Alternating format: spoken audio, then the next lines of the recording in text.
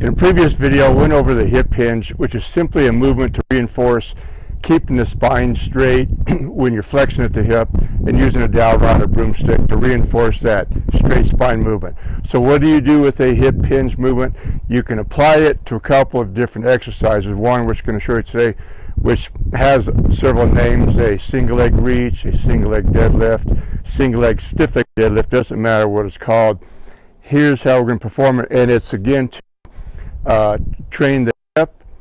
We're going to be moving and to train the hamstrings.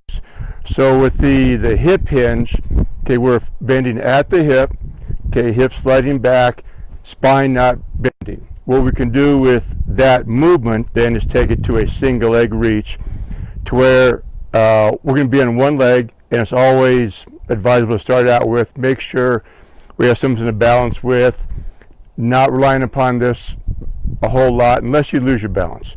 So I'm going to stay in my left leg, have left hand here for some balance assistance. I'm going to hip hinge here, and the reach part comes from thinking my heel reaching as far back as I can. If you want to add the same side forward, you can. So a side view would be, give you a better look. I'm not pushing my shin forward. I'm going to keep my shin solid. I'm going to bend at the hip, bringing that leg back. Hopefully from my head to my ankles a straight line. Then I'm going to use my left glute to bring myself back upright. Okay, it's not necessarily a hold, although you feel a stretch, but we're going to bend at the hip, and from here return by using your stance hip and your stance glute and hamstring.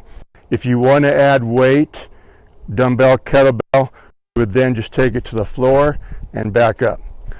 So hip hinging into the single leg reach has some balance demands as well as some glute and hamstring training for you.